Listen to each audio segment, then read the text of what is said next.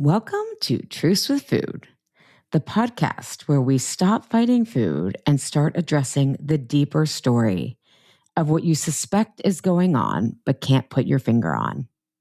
Because the focus on food is a waste of your precious time, resources, and life. Resolving our food battle is serious business when you understand the problem at its roots. It is of critical importance for your own personal health, okay? This doesn't get enough airplay, but women's health span or quality of life declines dramatically in the 10 years post-menopause. I'm your host, Ali Shapiro, an integrated health expert with a 19-year proven track record of client success. I'm a 33-year and counting cancer survivor and creator of the research-based Truce with Food framework that came out of my own personal experience from recovering from cancer and yo-yo dieting. Because you name it, I had tried it. I also have a master's degree from the University of Pennsylvania. I'm affectionately called people's last best resort and a coach's coach as people come to me when they've tried everything and nothing's worked long-term. This show is where we quiet the noise so we can go deep to get you the results you deserve. This podcast is for informational purposes only and does not constitute personal, individual, or medical advice. Now on to the show. So, especially if you're a woman, by the time you've reached 35 or older, you've probably had the personal experience of going to a medical provider, right? Most likely a doctor or someone in the traditional healthcare system, and not be taken seriously enough to get the kind of care you need and frankly deserve. This could look like being told your sudden 30-pound weight gain and depression is just getting older. Or if you've struggled with something like endometriosis and you've been given a diagnosis and not much else, and told kind of like, here's some Advil, right? I've had that happen to some clients, or that's what happened to me with my infertility diagnosis, right? Or you've just been given medication like the birth control pill to mask symptoms, which I've had some clients, they come to me in their 30s and this has been like, been on the birth control for 20 years to cover up symptoms. So these subpar choices and lack of choices is actually what happened to me and got me into doing this work. But I also want to say, this is, before my infertility diagnosis, right? If you're new to the show, I had IBS, acne, depression, tried all the things and really figured out how healing my gut and my blood sugar were essentially essential to reversing a lot of that stuff. And that is what worked for me. That's not what works for everyone, but that's what worked for me.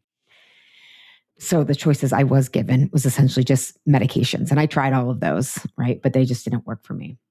So I want to make it clear here because we're in a very polarized time. I am not here to bash doctors or the medical system, really, okay? Our medical system wasn't really designed for the modern chronic issues we have, nor was it designed with women in mind, okay? We know that from the research. So I want to emphasize that because there are really great, fantastic people in the medical system. And there's also not so great people in the system, like all professions, okay? And the system has not evolved to keep up with so many of us need now, okay?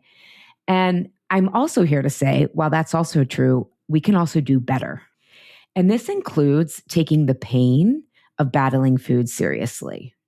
Battling food causes incredible amounts of pain from the health challenges. I've experienced so many health challenges when I was battling food and didn't know how to use food actually as medicine. I only knew it about calories and weight loss.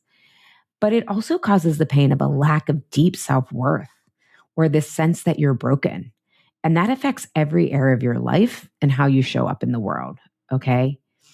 And yet, I've seen this food pain diminished and dismissed, including by some of the people claiming to be the biggest champions of women. And I think this is because this pain of battling food tends to fall into two camps. Right? Did I say we're polarized? It's very much two extremes. The first camp is those still in diet culture, right? And the pain prescription here for battling food is about finding more, right? more willpower, more discipline, more ways to restrict yourself.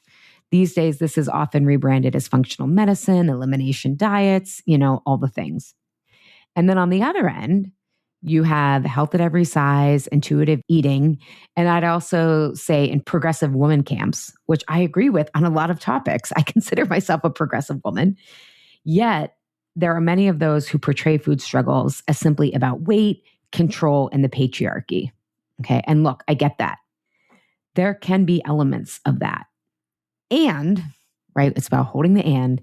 It's so much more interesting and rich than that. Okay.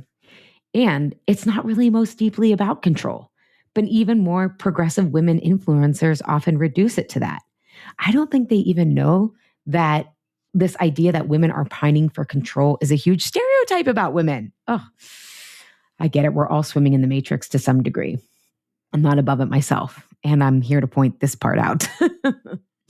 I'm sharing all of this today because I want to tell you why I created my relatively new Food Stage Finder assessment. And I love that so many of you who listen to the pod have already taken it and found it so helpful and surprising.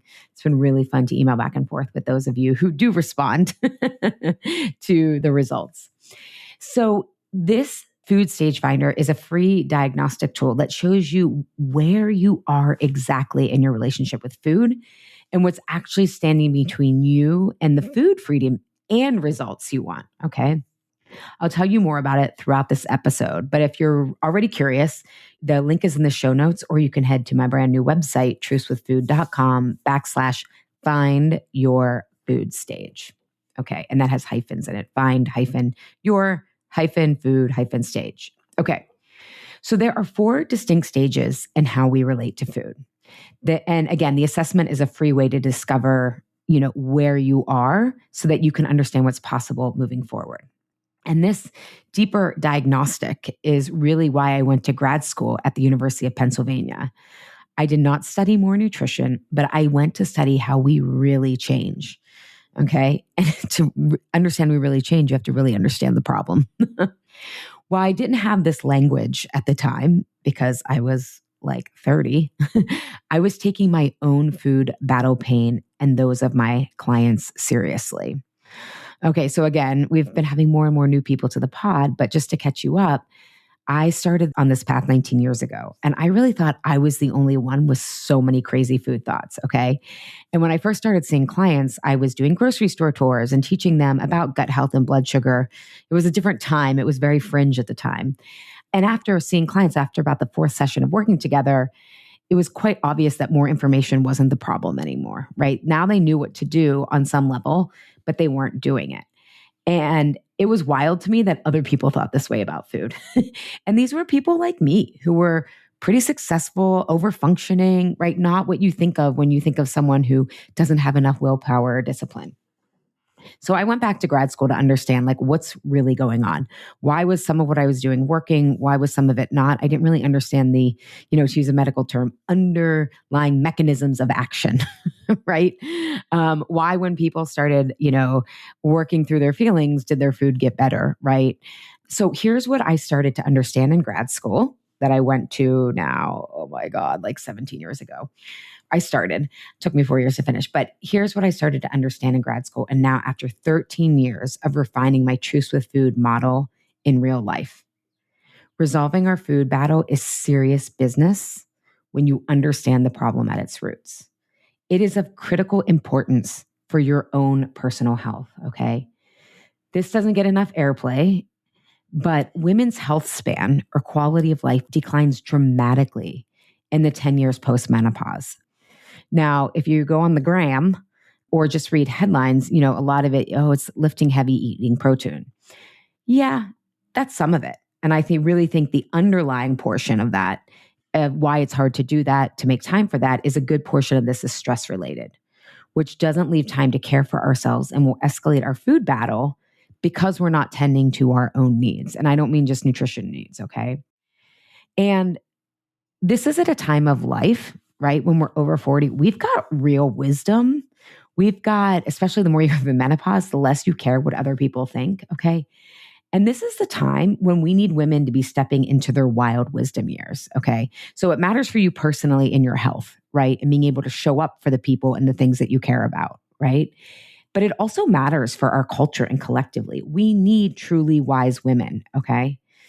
If you look out here, it's obvious one of the biggest problems we have is we aren't being led by, as they call them, elders, right? Who are rooted in wisdom, right? Who can hold more than we can when we're younger.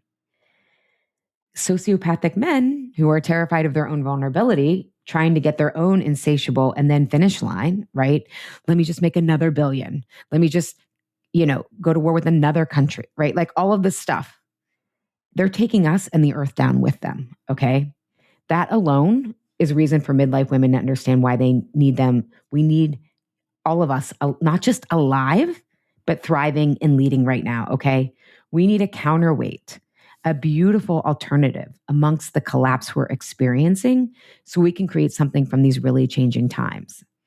So I'll be going more into how resolving our food battle is deeply political and not just like Republican, Democrat in the States. I'm talking about power, okay? Not like political parties, although that is part of it. But I'm going to go more into that in a future episode about, basically the world is on fire. Does this matter, right? This comes up in my groups a lot. Like I'm struggling and this feels like a first world problem. We'll get into that in a future episode. But for now, I want to get back to why resolving our own food battle and its accompanying pain needs to be taken very seriously. As the saying goes, we all get older, but we don't all necessarily grow up, right? Again, see Exhibit A of who's leading the world right now. And part of growing up is taking responsibility, and not the over responsibility that I or so many of my clients take that drive us to exhaustion, anxiety, and burnout. Okay. I'm talking about the responsibility of learning about our own bodies. Okay. We have to accept that no one can know our body's patterns and quirks as well as we do. Okay. This doesn't mean you need a medical degree and you don't get professional help. But it means that you're a partner, you're a collaborator, that you know how to listen, pay attention, and then get support from there. And once you learn how to listen and pay attention, you start seeking out different types of support. But first, you have to know how to listen and pay attention. And this is not as easy as the package says, right? Can you imagine if our bodies came with a manual? So for example, lots of people who I work with struggle with intuitive eating, and I did as well. Because intuition, including around eating, is rooted in patterns, okay? I remember when like Essa was born and everyone's like, well, you know your kid. And I'm like, I don't know shit. Like I've been in a relationship with him for 1 or 2 days, right? Now, over almost 6.5 years, I'm starting to know who he is. I mean, it changes, but there's certain things I know about him, but it took me time to figure that out, right?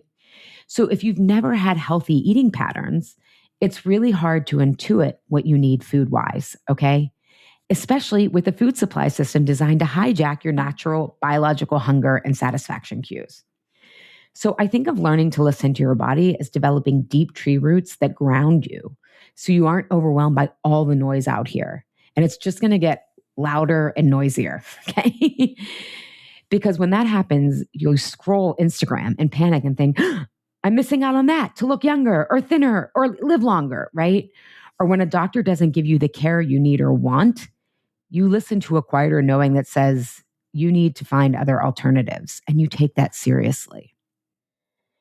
And this maturity is hard because we live developmentally in an adolescent culture, right? I think this is why so many of our leaders are at an adolescent mindset level, right? We're in a democracy, but we're often electing adolescent leaders. So in my opinion, the US, which exports much of its food culture, and culture in general, is in the rebellious teenager stage of development, okay?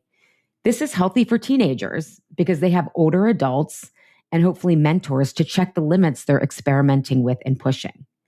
That rebellion has its place when it has guardrails, when it's part of a whole system, okay? And it's a phase. It's not something that you stay with forever. I mean, some people do, but it doesn't go very well. But the US, as a rebellious teenager, has no one to really check them, okay? And this is probably shifting. I mean, this isn't a podcast debate about America's decline or not, but it's definitely shifting, right? But for now, we're in an adolescent culture and we're exporting an adolescent culture. And that culture is short-sighted, right? Hence why quick fixes are popular. It doesn't have their full prefrontal cortex developed. So black and white thinking is the default, all or nothing. It's hard to do a lot of shades of gray and nuance. And most of all, it's rewarding those who push their bodies beyond the limits, right? I mean, how many times is it like, are you sheepish to say if you weren't so busy and productive, right? It's like cool to be burnout, right? So it rewards those who push their bodies beyond its limits. And this culture that we're exporting and living in is exceeding the limits of our political body and the earth's body, okay? How is that going for us? Okay. And why I love my clients and those of you who listen to this Truce with Food podcast is because you kind of already have a giant side eye toward normal, right? I'm not telling you anything quote unquote radical, right?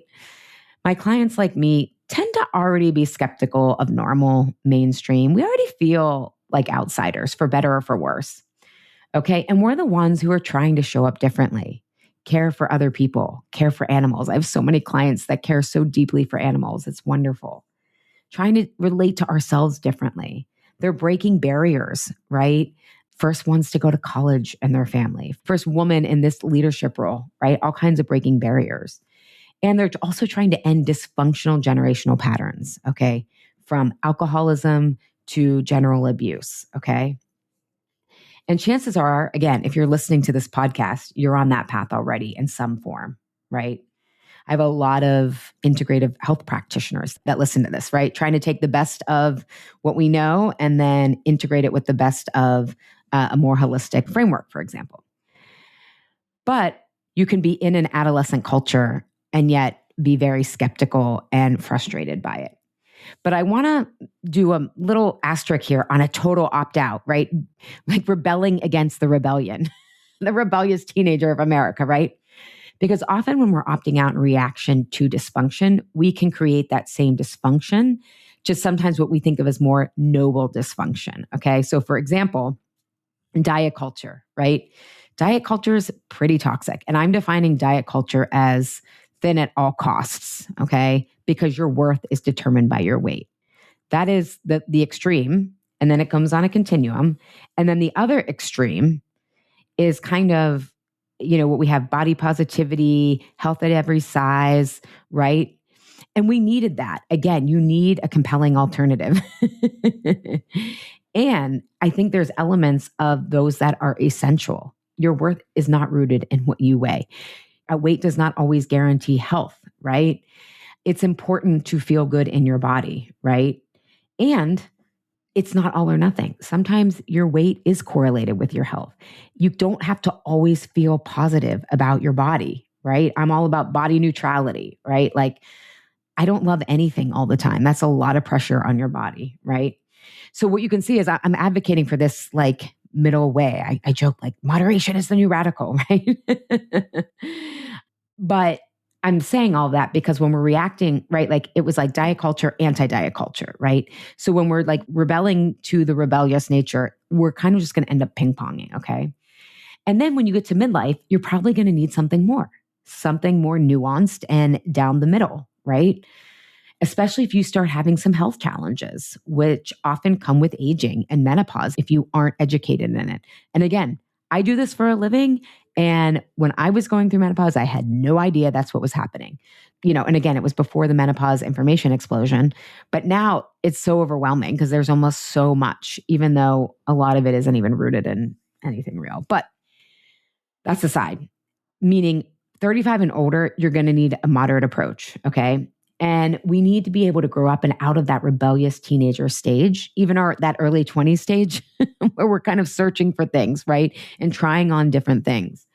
And we realize the answer is usually it depends, right? When it comes to our bodies, like really accepting that requires maturing. And if you think of an area of your life where you have a lot of experience with, right? Maybe it's parenting, your work in the world, growing a business. The more expert you become at something, the more you know the answer is it usually depends, right? Or it's a lot more nuanced or complicated than most people realize. That's maturity. That's depth, right? Bodies are no different, Okay.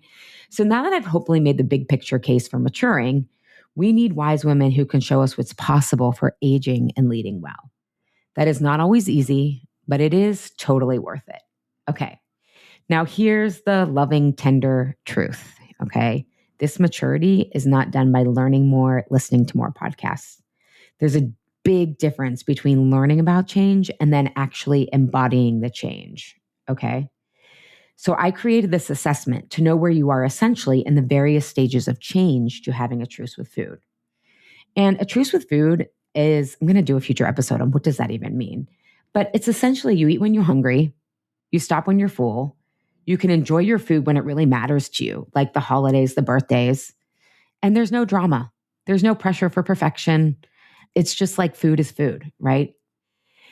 And in this process, you can see how food is about so much more than weight loss. So you understand the agency you have and how well you age. This is baked into my Truce with Food process. So what I mean for this, by example, especially those of us in midlife, we mostly all grew up in diet culture and we kind of only learned about food through a calorie lens or how to really think about food in terms of weight loss. But I have clients who, again, a lot of my clients tried intuitive eating or they did health at every size, right? And again, all of that is an important part. And I'll get into what stage that is in a minute.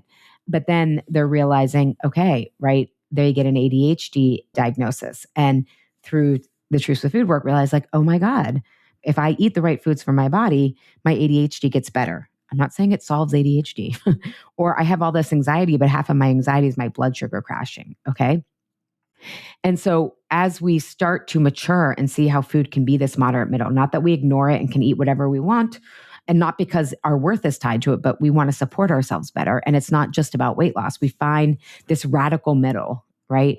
Where food, it can still be about weight loss, but it's also about sleep, energy, feeling better, feeling alive. It can be both, right? Holding that and honoring how your biology and body works, especially as you age, okay?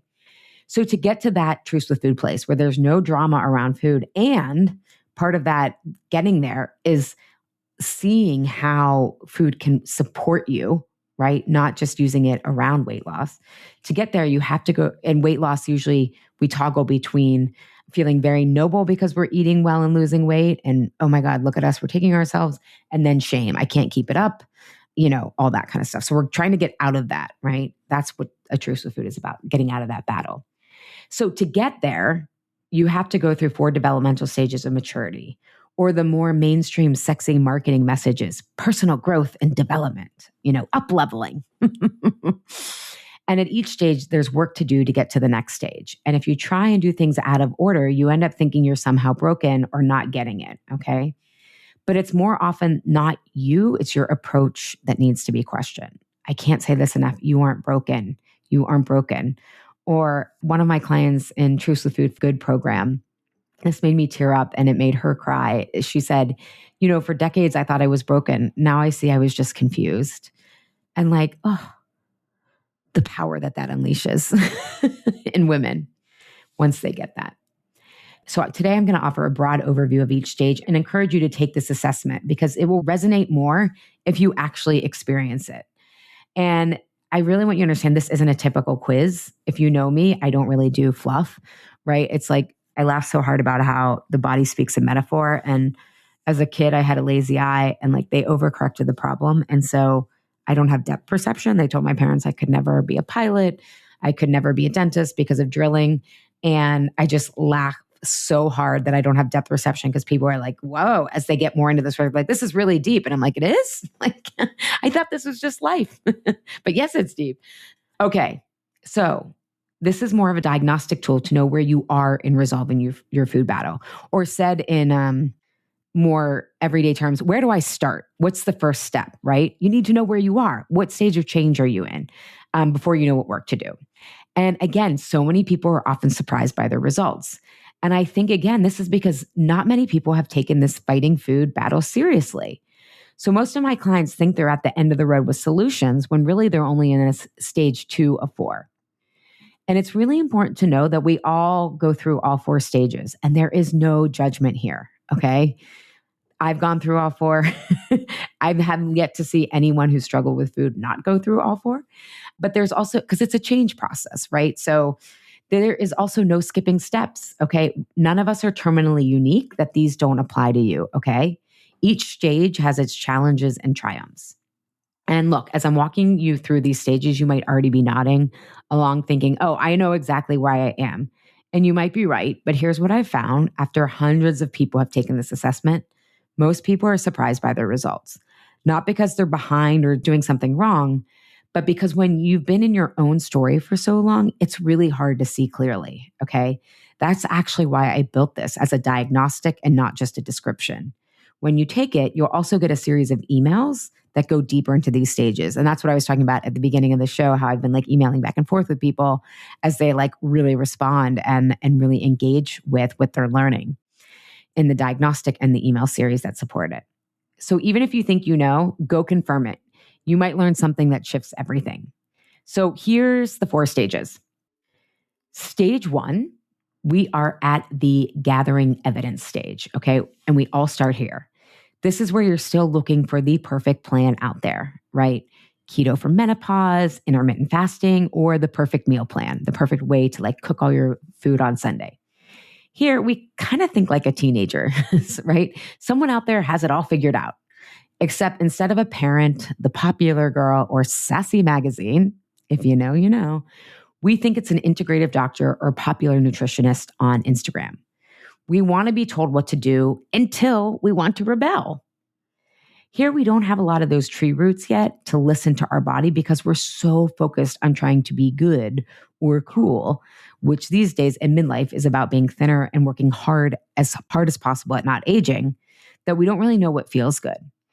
Here, we're seeking nutrition information that's mostly focused on weight loss, as intellectually, we probably sense health and weight loss are more than calories in, calories out, yet we don't really feel like understanding it more deeply, right?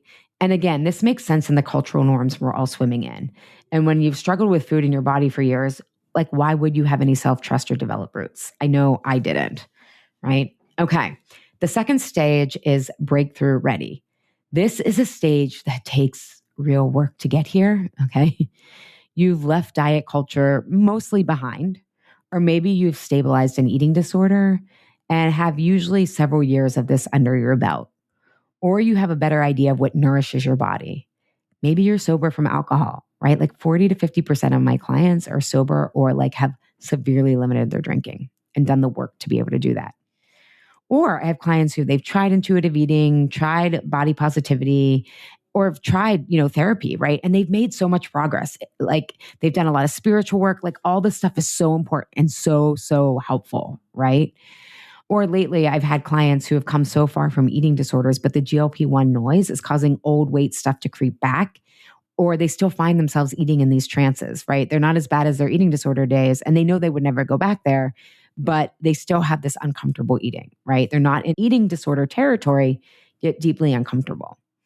And despite all of the work that it takes to get here, right? The therapy, the journaling, the meditation, the self-compassion work, food still feels really hard.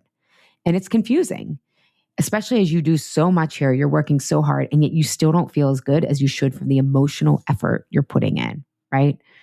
Or like my clients, you've done so much work to develop healthy tree roots, right? There's some roots in there. And now in midlife, you have some health and weight concerns where we have to build some more roots, okay? And this is where we're in a different kind of all or nothing, right? Than your diet or eating disorder days. You're not doing that, but you're thinking food will always be my thing. So you vacillate between feeling inferior, but then also superior. And after all the work I've done, I know it all. Okay. And yet, because now that you have those roots, those tree roots that you developed in stage 1, you suspect something's deeper going on, but you can't put your finger on it. Okay. And you can hear that voice and honor it. So while you think you're at the end of the road intellectually, you're actually in the middle or muddle, as I like to call it, as it can be really confusing and disorienting. And again, this is exactly what the food stage finder is designed to show you, not just what stage you're in, but why you're there and what that means for your next move. It takes a few minutes and it's totally free. Again, the link is in the show notes or trucewithfood.com/find-your-food-stage. Okay. So then we have phase 3, which is practicing freedom. Freedom. All right, here you get that 80% of the time, food isn't about food. Okay. So you've developed more roots to understand that your eating is a reflection of your relationship to yourself. You can clearly identify your eating triggers, your unmet needs, and protective patterns to getting those needs met, even if it's sometimes after the fact, depending on how big the trigger. Here, you can't unsee your battle with food as an internal battle of needs.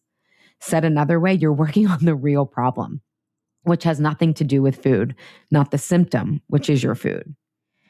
And here's where those roots you develop now out of stage 1 and stage 2 help root you, especially as you stop turning to food. And there's also lots of emotions because you're feeling things instead of using food, right? Especially around having needs like asking for help or having to slow down.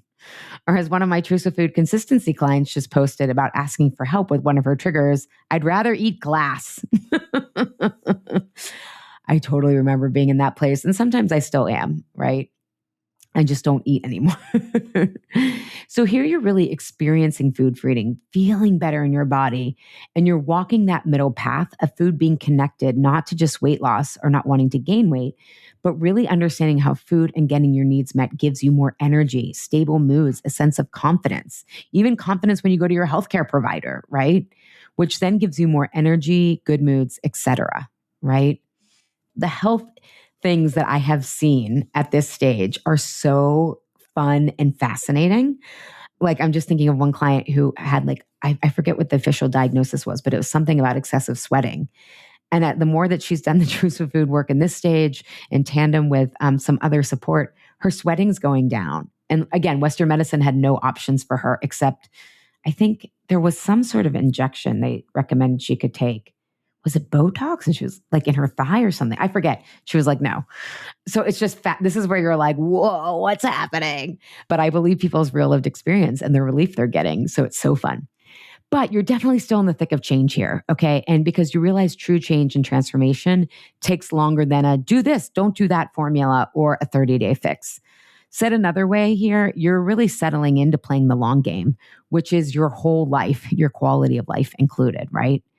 And this is a maturation process to accept that which cannot be changed, which is the rate of change. Genuine transformational change takes time, okay, especially with lifelong patterns like food. And you're also okay with that in this space because of the results you're getting. It's fascinating. It's freeing. It's like, as one of my clients said, I want more of this, right? So it's not like you're white knuckling your way to the end. You're just kind of like, I'm settled in. This is getting better and better. I'm here for the ride. And that takes you to stage 4, which is trusting in satisfaction. Okay. Not more discipline. That's where the Truce with Food tagline comes from. So here's where you can land after about a solid year of this developmental work. You understand your food issues are really your soul rattling your cage. Okay. The soul resides in the body, not the brain. And we get into some really rich conversations about making that practical. But you feel fascinated in awe of how your food is truly always pointing to something deeper, a need or longing that wants to be satiated. And at this stage, you and your body feel a rootedness, a centeredness rooted in trust and a confidence that comes from melting shame from a sense of brokenness around food that was never your shame to carry. You were never broken. You were doing the best you could with the level of awareness that our culture has. You cannot outrun culture, right? I thought I could being a rebel. Nope, nope, nope. And again, you also don't have to be totally engulfed in it either. We need people who can bridge us out of this adolescent stage. My clients are already on that journey and I'm just supporting them to continue that path. You feel more at ease here. You have more vitality. You can actually tolerate more foods than before as you connect when you stop white knuckling your emotions and needs. You start living by your values. Your digestion, hormones, and inflammation all improve. And as I said in my last episode, episode 319 on redefining success in midlife, you aren't just rearranging the deck chairs of the Titanic of your stress. You're making choices from a fulfilling place. What feels good right now, not in some distant future, right? That includes how you eat. You're like, oh, I can trust in not being hungry and not having cravings. That's actually like a good thing if I satisfy my hunger. You're on a different boat altogether, one that isn't sinking or you're just trying to stay above water. Now, if we're at earlier stages, we may put this Hollywood ending on this. of an adolescent culture that, this doesn't mean life is you skipping through the fields without problems, right? I wish I could offer that, but that's just not true. And you have the capacity to lead your life when life is lifing. So food is a background instead of distraction.